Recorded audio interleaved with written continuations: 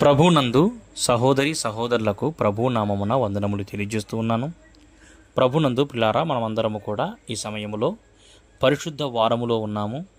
ఈ పరిశుద్ధ వారములో మనమందరము కూడా యేసుక్రీస్తు ప్రభులవారు శిలువలో పలికినటువంటి 7 మాటల్లో ఒక్కో మాటను మనము తెలుసుకుందాము. ఈరోజు మనము యేసుక్రీస్తు ప్రభులవారు శిలువలో పలికినటువంటి మొదటి మాటను గురించి మనం విందాం.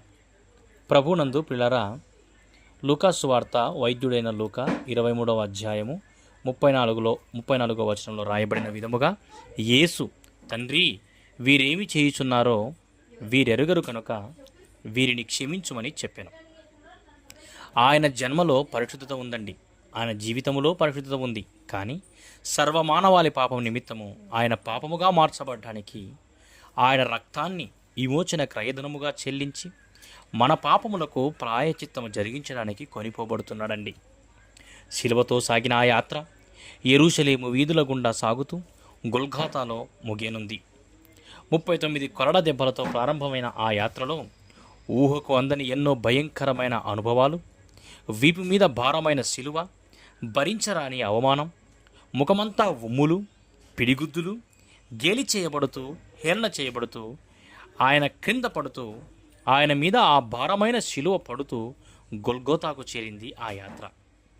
కాళ్ళు చేతులలో శీల మేకులు, తలపైన ముండ్ల కిరీటము, 6 అంగుళాలు కలిగిన 3 మేకులతో ఆ పరిశుద్ధ గొర్రెపిల్ల కల్వరి గిరిలో భూమికి ఆకాశానికి మధ్యలో వేలాడుతుంది. ఆయన దేహమంతా రక్తసిక్తమై ఏరులై పారుతుంది.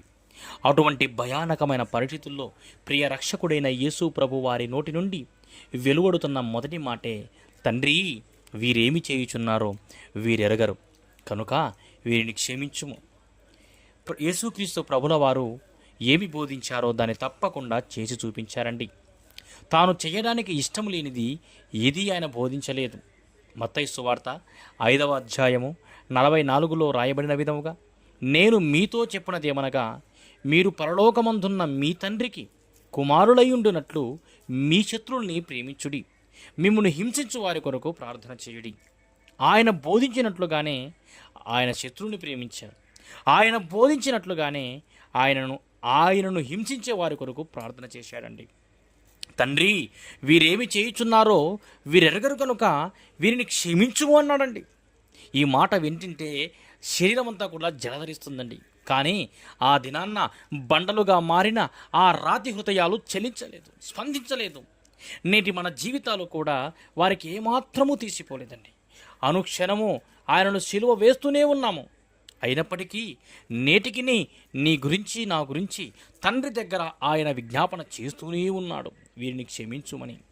అట్లా అని మార్పు లేకుండా ఇట్లానే జీవిద్దామా? క్షమాపణను నిర్లక్ష్యం చేసి దేవుని ఉగ్రతకు పాత్రులమవుతామా? ఆయన దేవుడు కాబట్టి అట్లా చేయగలిగాడు, నా వల్ల కాదులే అని నీకు నీవే సర్ది చెప్పుకునే ప్రయత్నం చేయొద్దు. యేసు ప్రభు అడుగు జాడల్లో నడిచిన స్టెఫను కూడా మరణ సమయాన్న కూడా ఆయనను అనుసరించగలిగాడండి. అపోస్తుల కార్యములో 7వ అధ్యాయం 59వ వచనము 60 వచనాలు గమనిస్తే, ఆయనను రాళ్లతో కొడుతున్నప్పటికీ కూడా, ప్రభువా, నా ఆత్మను చేర్చుకోమని స్టెఫను పలుకుచుండగా వారు అతన్ని రాళ్లతో కొట్టిరి. అప్పుడు అతడు మోకాల్లోని, ప్రభువా, వారి మీద ఈ పాపము మోపకమని గొప్ప శబ్దముతో పలికాడండి. ఈ మాట పలికాయని నిద్రించినట్టుగా మనందరికీ తెలుసు. ప్రభునందు పిల్లారా, అలాగనే గ్లాడిస్ తన భర్త గ్రాహం స్టెయిన్స్ను, తన 2 కుమారులను సజీవ దహనం చేసిన వారిని క్షమించి వారిని దేవుని దగ్గరకు నడిపించగలిగింది. క్షమించడం క్రైస్తవ జీవితంలో ఒక భాగం కావాలి. ఆయన పిల్లలముగా అట్టి జీవితాన్ని జీవించగలగాలి. ఆయన పరిశుద్ధ రక్తములో పవిత్రపరచబడదాం. ఆయన సమరూపంలోనికి మార్చబడదాం. ఆయన వలె మన శత్రువులను సహితం క్షమిద్దాం.